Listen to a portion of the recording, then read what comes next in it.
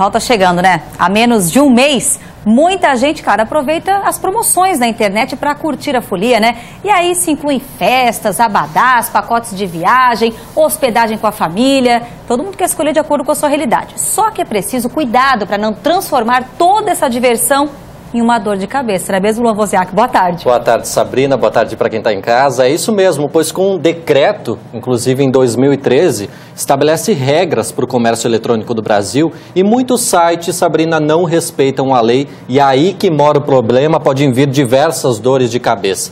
Para esclarecer dúvidas sobre esse assunto, participa hoje do quadro Direitos do Consumidor o advogado e professor universitário Guilherme Casale. Guilherme, muito boa tarde e obrigado pela presença. Boa tarde, Luan. A gente tem alguns questionamentos que recebeu aqui durante a semana que tratam de compras pela internet.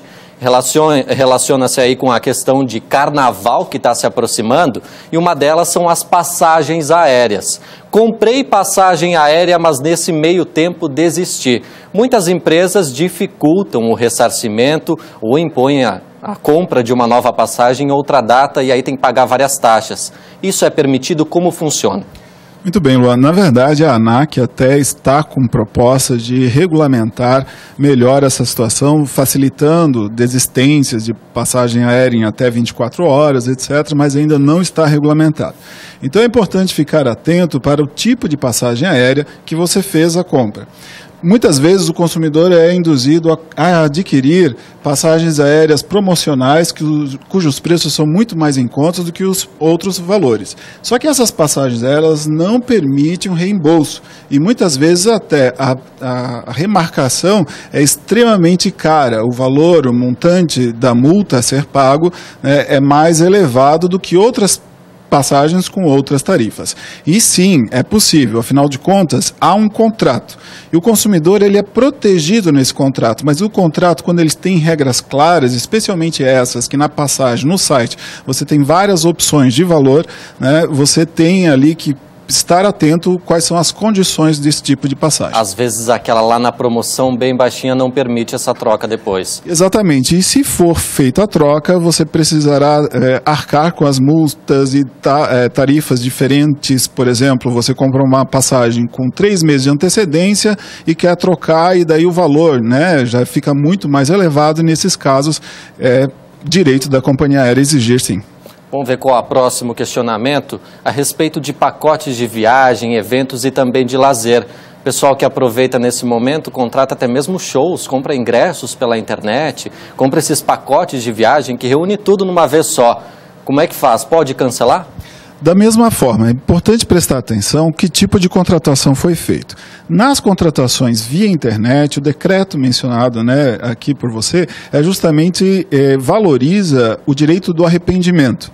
Só que esse direito do arrependimento, neste tipo de prestação de serviço, ele é um pouco mais complicado. Muitas vezes esses pacotes dependem do número de pessoas ou número de adesões que serão feitas. Isso deve ser informado ao consumidor.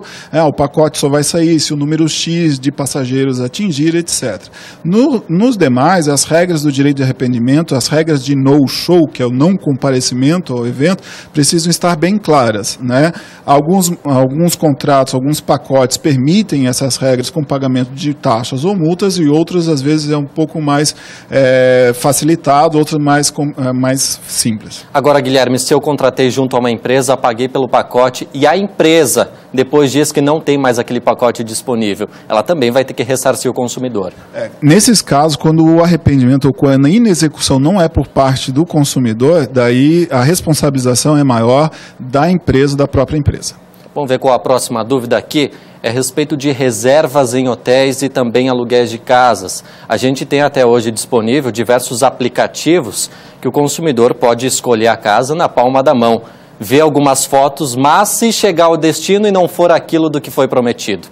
Então, pode até se confundir com uma espécie de propaganda enganosa. Você é induzido, né, a fechar um determinado contrato, né, de maneira a expectativa não ser correspondente à realidade. Nesses casos também, né, sempre é possível uma espécie de ressarcimento, né. Agora, em relação aos aplicativos, o que tem se visto é que é uma novidade, ainda não há decisões jurisprudenciais sobre o tema, né.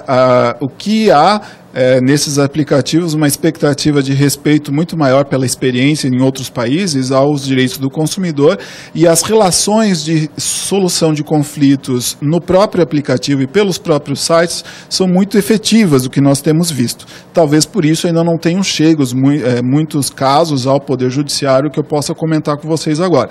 Mas a verdade é que os aplicativos eles têm mecanismos de adequação, de reclamações, de recomendações ou não, que são muito úteis antes, né, você preparar-se para a aquisição de uma locação de uma casa dessa, por exemplo, ver os comentários anteriores, ver se são boas referências, certificar-se de que é um local que realmente existe, né, um contato talvez mais próximo ali nas negociações, evita dor de cabeça, com certeza. Agora, no caso dos hotéis, muitas vezes tem que pagar um valor adiantado. E se nesse meio tempo eu desistir, eles têm que devolver esse valor que eu paguei adiantadamente?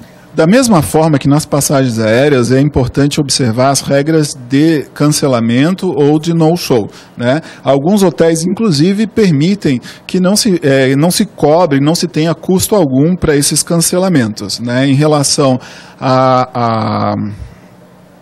esqueci a questão dos hotéis. Dos hotéis, né? Daí você vai ter que ver no momento da contratação.